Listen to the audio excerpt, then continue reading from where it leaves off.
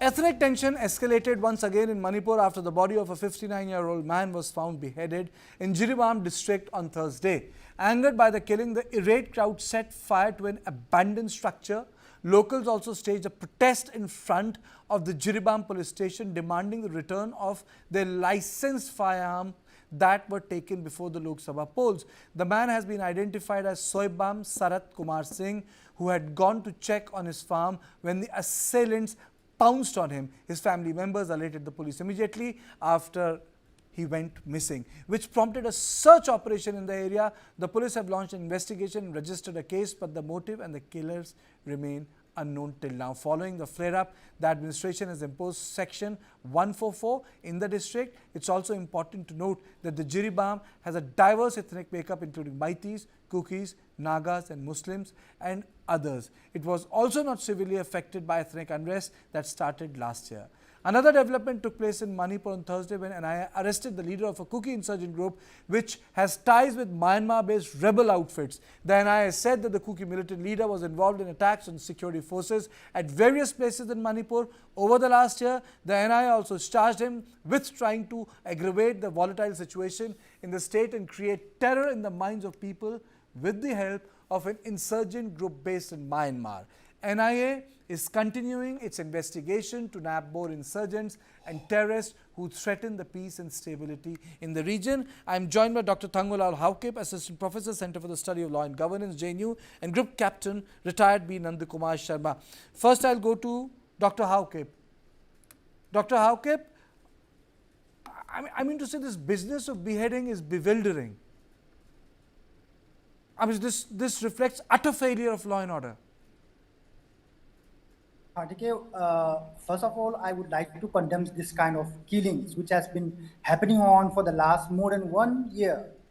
And coming to the context of Jiribam, I think we need to understand how this, area is situated. This area called Jiribam is very much detached from the mainland Imphal Valley, and which is more close to the Kachar region. And in this region, the KUKI civil society and major civil societies have a peace pact, a kind of a compact which showed to, have a kind of peace and tranquility in this area. So for the last half month, you can see that there is a peace. There is no bloodshed for more than 1 year. And how come, after more than 1 year and peace is slowly returning in the mainland of Manipur, that this kind of violence is started in Jiribam? That has to be questioned. So let's go back to about 1 month. In the month of May 17th, there was one called Seigolen Singchon from Paitol village who was killed cold-blooded. And that was the point where this peace compact was broken by the other group. In this context, we should see that there are families of this deceased person who would be grieving, who would be, having certain friends, and who would be, in certain conditions of blaming the police and other local administration. So we can see that the police has not been handling this situation very well, and in the last few months, you can see that there are tensions brewing up. Mr. Haukip, I'd just like to just hold on for a minute, because I would like to take the opening comment from Nandakumar Sharma also. So this culture of beheading, this is, this is awful. This is like, this is like head hunting. Kartikeya, good evening to you firstly, and all the viewers, namaskar. It is again a very sad, and after election, as expected, the violence is again picking up. And as you know, as Bangladesh PM has mentioned in one of the news reports and other TV channels, US is planning to build a Christian-dominated country in somewhere by breaking Bangladesh, and the Myanmar. Of course, Manipur is a part of it, where KUKI, the Chin KUKIs are mostly dominated. This is the outcome. Now, I will not look as an internal problem, and it is some part of failure of the India government also. They have been ignoring these positions for last almost 1 year. And now I think the US is understanding that India government is not taking enough actions to control the situations in the Manipur. So maybe they must be feeling that they can do whatever they want. So they will pump a lot of resources, energy, and money, and to instigate many people. I don't agree with Mr. Haukup saying that it is a repercussion of what had happened. We should not look the matter like this. It is an international issue which is trying to break Bangladesh, part of Bangladesh, India, and Myanmar, which is very serious in nature, and forming a separate Christian-dominated country to have an eye on China. So India government must take a very serious view, and they must dissociate association with the arms with the KUKI, and they must solve this issue at the RS. Otherwise, we'll have a big problem. The aggression towards the Western sector, what we are dealing with the Western border, must be followed similarly in Northeast. Otherwise, we will be having a lot of problems. People will keep dying either from both sides, the KUKI communities as well as the Meitei communities, and we'll keep blaming each other. And Mr. Sharma, my issue is very different. That the question which I was asking to Mr. Hauke was this headhunting is like it's like intense representation of hatred. Absolutely. People fight their wars. Headhunting is like, it just to tell you the desecration of body in itself is it's a sociological act. You're doing something to the larger body, Mr. Hauke. It's not a war, Yes, it's not a fight, it's yeah. desecration also. Definitely, I disagree with this kind of brutal murder. But let's look into the larger picture. Initially, someone from the KUKI community was killed cold-blooded. And what has the police done to nab and book those people responsible for Mr. such Hauke, two wrongs don't make murder? one right. You understand that? Almost among that, such kind of killings that happen, and the police. Two wrongs don't make one right. Two wrongs don't make one right. My question is, it's not about KUKI or Meitei. My question is not about KUKI Meitei. My question is not about KUKI Meitei. Finding out who was the culprit of the person who was, Mr. Hauke, my question is not about KUKI Meitei. My question is not about KUKIs or Meiteis. It has to be, conflict, is a cycle. Had the police done their job in finding who killed the first person who was killed in cold-blooded murder? Boss, it's not about KUKI Meitei, because in cycle of violence, someone will say that the first person beheaded was a KUKI, and the other person will say the first person beheaded was a Meitei. I'm not going to get into that. It's been a year. It's over. The only thing I'm trying to say is this culture of beheading your. I'm just, and it's like.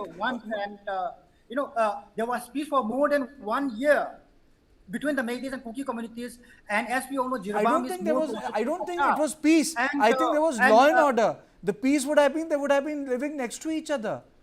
This ghettoization wouldn't have happened.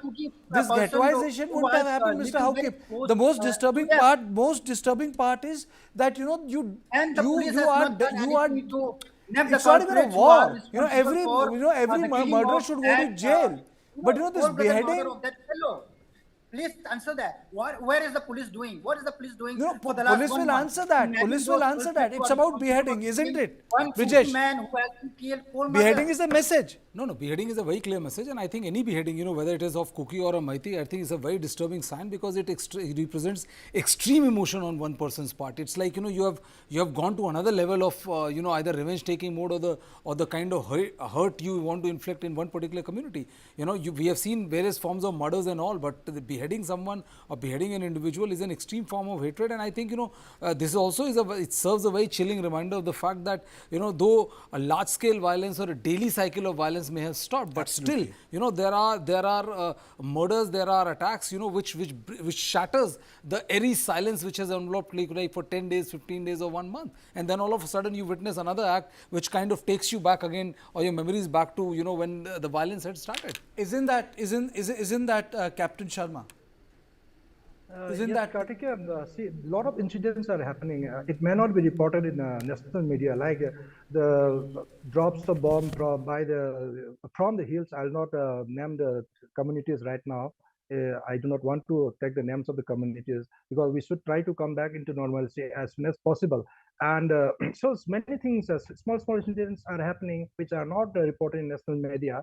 However, now my concern is India must take serious action, because all these problems are happening in the Imphal Valley and its adjoining areas. Now it has come to Jiribam, while Jiribam is next to Assam, just 25 kilometers from Jiribam. I believe it's about Silchar city. And reaching this type of communal tension, it has been fed and it has been instigated by external agencies. You agree, you have reported in many times that the foreign external hands are there, and it is a proven fact. And now, as I said, Bangladesh Prime Minister has mentioned it. So it is a very clear indication that we must take extreme care. And from Imphal, it has reached to Jiribam. After some time, maybe 6 months or after a year, it may reach to some other northeast area. So it is very easy for the foreign, what do you say? The foreigners who are Mr. having Sharma, that what eye, does it tell you? here. It leaves a very chilling effect. It leaves a very chilling effect that this, we will not let Manipur heal. That's the bottom line. And if anyone of either of the communities is found alone, this is going to be the fate. And had which God means forbid, that the if there would have ghettoization will been be a longer possession of reality. arms, it would have deteriorated very quickly. That's another story. But to do it like this, to behead a person, is to send the chilling message that yes, there might be law and order during the day, but even if there is a slip, we will tell you where the real power lies. And I think it's extremely disturbing what has happened in Jiribam, this beheading business. It's extremely disturbing.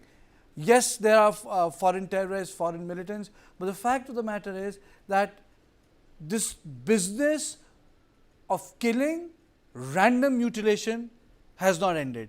It's so disturbing. You would read that in the books on the civil wars and the fights that had happened in the African subcontinent, and you see a replica of that happening in India's northeast. It's really disturbing. At the end, I would only say that the strictest and the sternest of action should be taken.